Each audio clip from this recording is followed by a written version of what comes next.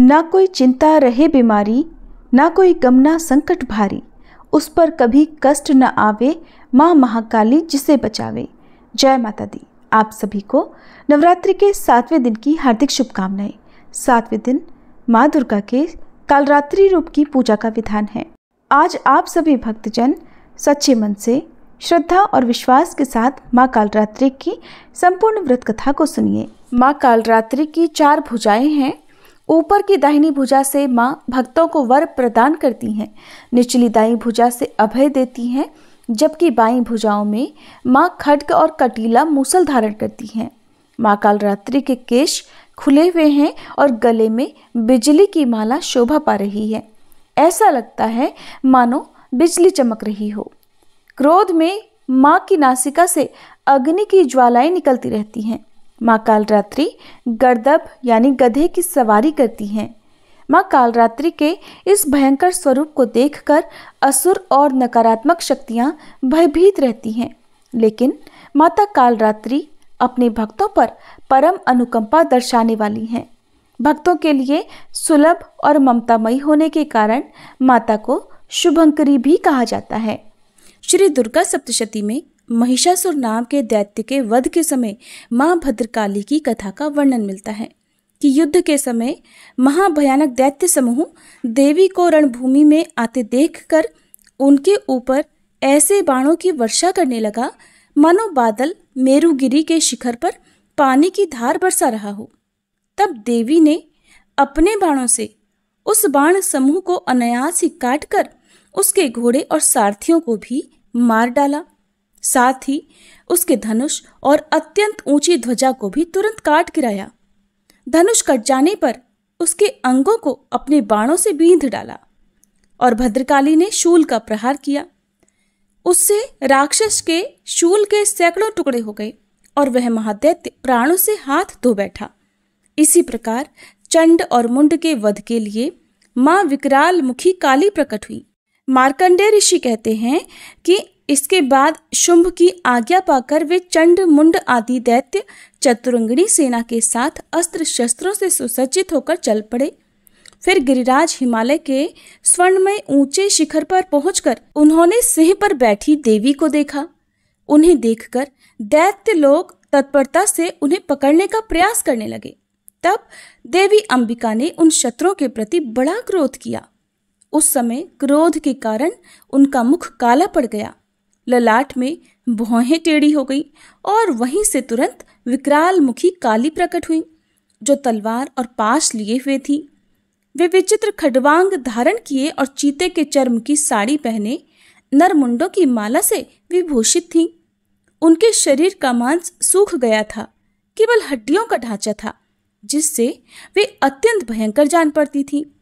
उनका मुख बहुत विशाल था। जीभ लपलपाने के कारण वह और भी डरावनी लग रही थी। उनकी आंखें भीतर को धंसी हुई और कुछ लाल थीं। वे अपनी भयंकर गर्जना से संपूर्ण दिशाओं को गुंजा रही थीं। बड़े बड़े दैत्यों का वध करती हुई वे कालिका देवी बड़ी तेजी से दैत्यों की उस सेना पर टूट पड़ी और उन सबको खाने लगी। तीनों लोकों में राक्षस शुंभ, निशुंभ और रक्तबीज दैत्य ने हाहाकार मचा रखा था। सभी देवतागण चिंतित थे।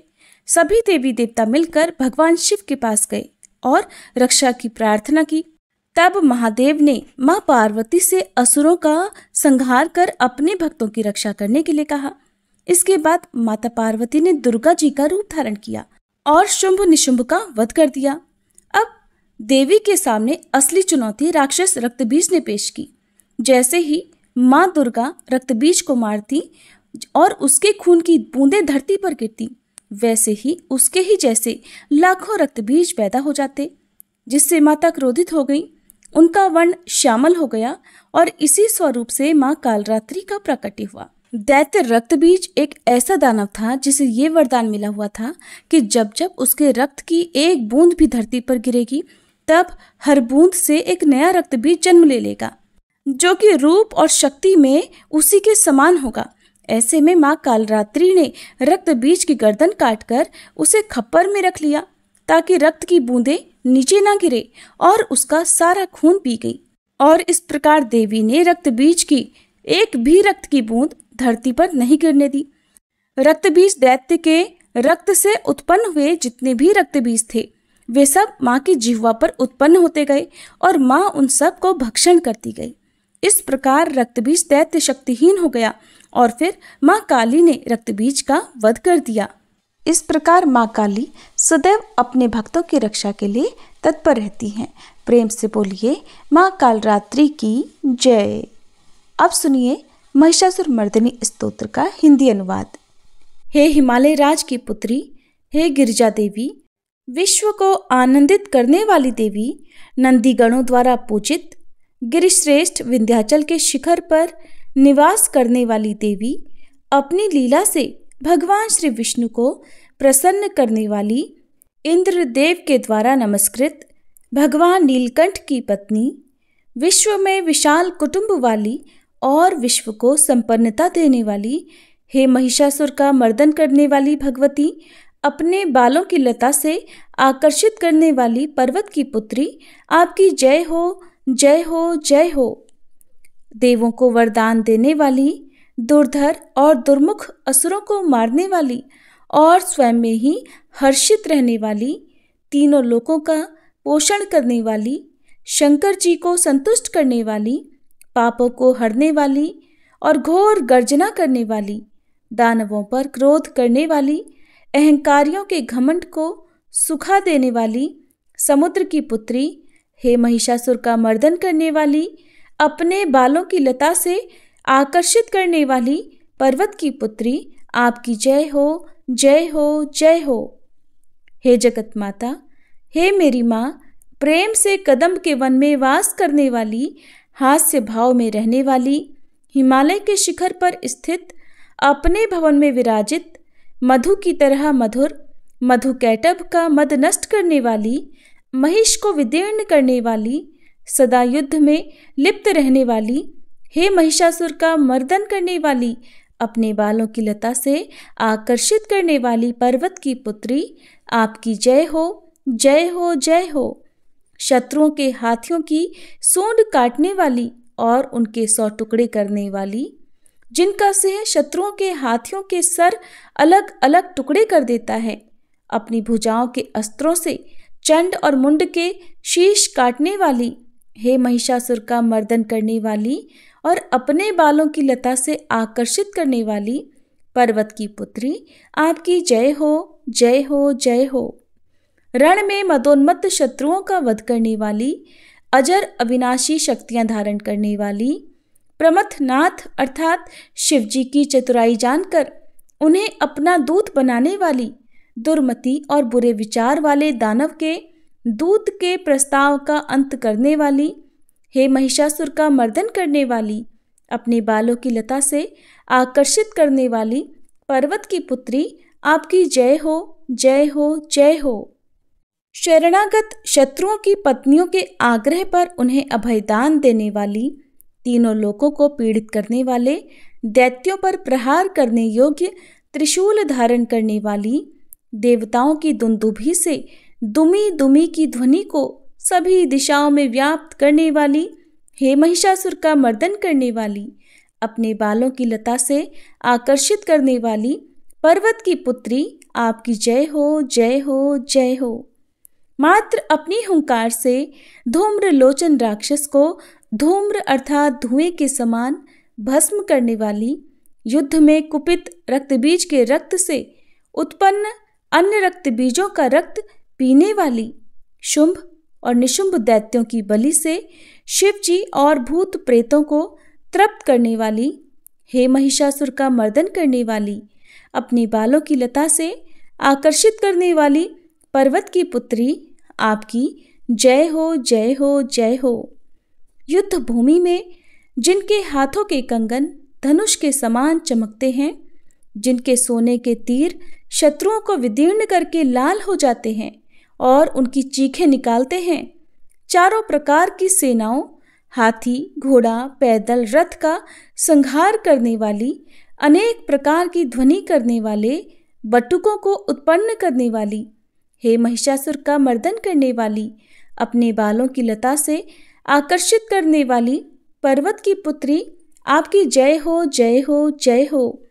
देवांगनाओं के तत् था थेई थेई आदि शब्दों से युक्त भावमय नृत्य में मग्न रहने वाली, कु कुथ अड्डी विभिन्न प्रकार की मात्राओं वाले ताल वाले स्वर्गीय गीतों को सुनने में लीन, मृदंग की धू धुकुट धीमी धीमी आदि गंभीर ध्वनि सुनने में लिप्त रहने वाली, हे महिषासुर का मर्दन करने वाली, अपने बालों की लता से आकर्षित करने वाली पर्वत की पुत्री, आपकी जय हो जय हो जय हो। जय जयकार करने और स्तुति करने वाले समस्त विश्व के द्वारा नमस्कृत अपने नुपुर के झंझन और झिमझिम शब्दों से भूतपति महादेव को मोहित करने वाली, नटी नटों के नायक अर्धनारीश्वर के नृत्य से सुशोभित नाट्य में तल्लीन रहने वाली, हे महिषासुर का मर्दन करने वाली, अपने बालों की लता से आकर्षित करने वाली पर्वत की पुत्री, आपकी जय हो जय हो जय हो।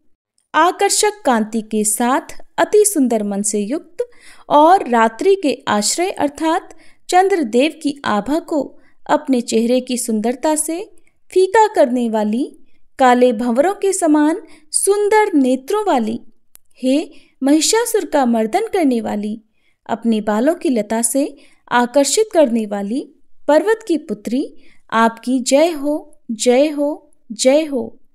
महायोद्धाओं से युद्ध में चमेली के पुष्पों की तरह कोमल स्त्रियों के साथ रहने वाली तथा चमेली की लताओं की तरह कोमल भील स्त्रियों से जो झिंगुरों के झुंड की घिरी घिरी हुई हैं, चेहरे पर उल्लास से उत्पन्न उषा काल के सूर्य और खिले हुए लाल पुष्प के समान मुस्कान वाली, हे महिषासुर का मर्दन करने वाली, अपने बालों की लता से आकर्षित करने वाली पर्वत की पुत्री, आपकी जय हो जय हो जय हो।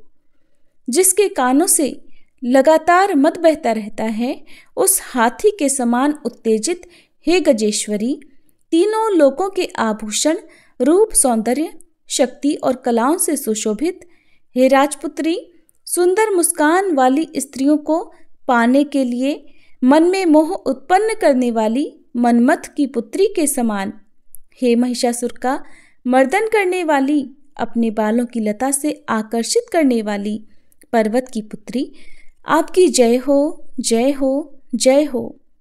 जिनका कमलदल के समान कोमल स्वच्छ और कांति से युक्त मस्तक है, हंसों के समान जिनकी चाल है, जिनसे सभी कलाओं का उद्भव हुआ है, जिनके बालों में भंवरों से घिरे कुमुदनी के पुष्प और बकुल पुष्प सुशोभित हैं, उन महिषासुर का मर्दन करने वाली, अपने बालों की लता से आकर्षित करने वाली पर्वत की पुत्री, जय हो जय हो जय हो। जिनके हाथों की मुरली से बहने वाली ध्वनि से कोयल की आवाज भी लज्जित हो जाती है, जो खिले हुए फूलों से रंगीन पर्वतों से विचरती हुई पुलिंद जनजाति की स्त्रियों के साथ मनोहर गीत गाती हैं, जो सद्गुणों से संपन्न शबरी जाति की स्त्रियों के साथ खेलती हैं, उन महिषासुर का मर्दन करने वाली, अपने बालों की लता से आकर्षित करने वाली पर्वत की पुत्री, आपकी जय हो जय हो जय हो। जिनकी चमक से चंद्रमा की रोशनी फीकी पड़ जाए, ऐसे सुंदर रेशम के वस्त्रों से जिनकी कमर सुशोभित है, देवताओं और असुरों के सर झुकने पर उनके मुकुट की मणियों से जिनके पैरों के नाखून चंद्रमा की तरह दमकते हैं, और जैसे सोने के पर्वतों पर विजय पाकर कोई हाथी मदोन्मत्त हो जाता है, वैसे ही देवी के उरोज कलश की तरह प्रतीत होते हैं। ऐसी हे महिषासुर का मर्दन करने वाली, अपने बालों की लता से आकर्षित करने वाली पर्वत की पुत्री, आपकी जय हो जय हो जय हो। सहस्त्रों दैत्यों के सहस्त्रों हाथों से सहस्त्रों युद्ध जीतने वाली और सहस्त्रों हाथों से पूजित सुर तारक उत्पन्न करने वाली, उसका तारकासुर के साथ युद्ध कराने वाली, राजा सुरथ और समाधि नामक वैश्य की भक्ति से समान रूप से संतुष्ट होने वाली, हे महिषासुर का मर्दन करने वाली, बालों की लता से आकर्षित करने वाली पर्वत की पुत्री, आपकी जय हो जय हो, जय हो। जो भी आपके दयामय पद कमलों की सेवा करता है, हे कमले, वह व्यक्ति कमल निवास कैसे न बने। हे शिवे, आपके पद कमल ही परम पद हैं, उनका ध्यान करने पर भी परम पद में कैसे नहीं पाऊंगा। हे महिषासुर का मर्दन करने वाली, बालों की लता से आकर्षित करने वाली पर्वत की पुत्री, आपकी जय हो, जय हो, जय हो। सोने के समान चमकते हुए नदी के जल से जो आपके रंग भवन में छिड़काव करेगा, वो इंद्राणी के वक्ष से आलिंगित होने वाले इंद्र के समान सुखानुभूति को क्यों नहीं पाएगा। हे वाणी, हे महासरस्वते, आप में मांगल्य का निवास है, मैं आपके चरणों की शरण लेता हूँ। हे महिषासुर का मर्दन करने वाली, बालों की लता से आकर्षित करने वाली पर्वत की पुत्री, आपकी जय हो, जय हो, जय हो। आपका निर्मल चंद्र समान मुख चंद्रमा का निवास है, जो सभी अशुद्धियों को दूर कर देता है। नहीं तो क्यों मेरा मन इंद्रपुरी की सुंदर स्त्रियों से विमुख हो गया है। मेरे मत के अनुसार आपकी कृपा के बिना शिव नाम के धन की प्राप्ति कैसे संभव हो सकती है। हे महिषासुर का मर्दन करने वाली, बालों की लता से आकर्षित करने वाली पर्वत की पुत्री, आपकी जय हो, जय हो, जय हो। हे दीनों पर दया करने वाली उमा, मुझ पर भी दया कर ही दो। हे जगत जननी, जैसे आप दया की वर्षा करती हो, वैसे ही तीरों की भी वर्षा करती हो, इसलिए इस समय जैसा आपको उचित लगे वैसा करो, मेरे पाप और ताप दूर कर दो। हे महिषासुर का मर्दन करने वाली, बालों की लता से आकर्षित करने वाली पर्वत की पुत्री, आपकी जय हो, जय हो, जय हो। प्रिय भक्तजनों, अब हम सभी मिलकर माता रानी से क्षमा याचना करते हैं, ताकि हमारे द्वारा हुई किसी भी गलती के लिए माता रानी हमें क्षमा कर सके। हे परमेश्वरी, मेरे द्वारा रात दिन सहस्त्रों अपराध होते रहे हैं, अतः आप मुझे अपनी सेवक समझकर कृपा पूर्वक मेरे उन अपराधों को क्षमा करो। न तो मैं आह्वान करना ही जानती हूँ, न विसर्जन करना ही जानती हूँ, और न पूजा ही करना जानती हूँ। हे परमेश्वरी, मुझे क्षमा करो। हे सुरेश्वरी, मैंने जो मंत्रहीन, क्रियाहीन और भक्तिहीन पूजन किया है, वह सब आपकी दया से पूर्ण हो। सैकड़ों अपराध करके भी भक्त आपकी शरण में आकर केवल जगदम्ब कहकर ही मोक्ष को प्राप्त करते हैं, जिसे ब्रह्मादि देवगण भी पाने में असमर्थ होते हैं। हे जगदम्बिके, मैं अपराधी हूँ, किंतु आपकी शरण में आई हूँ, अतः इस समय मैं दया की पात्र हूँ। आप जैसा चाहो वैसा करो। अज्ञानवश या बुद्धिभ्रम होने के कारण भूल से मैंने जो कुछ भी कम या अधिक कर दिया हो, हे देवी, हे परमेश्वरी, सब अपराध क्षमा करो और प्रसन्न हो। हे जगन्माता, हे कामेश्वरी, सच्चिदानंद स्वरूपिणी परमेश्वरी, आप प्रेम पूर्वक मेरी यह पूजा स्वीकार करो और मुझ पर प्रसन्न हो। आप गुप्त से भी गुप्त वस्तु की रक्षा करने वाली हो। आप मेरे किए हुए इस जप को ग्रहण करके मेरे सभी अपराधों को क्षमा करो। हे देवी, हे महेश्वरी, आपकी कृपा से मुझे सिद्धि की प्राप्ति हो।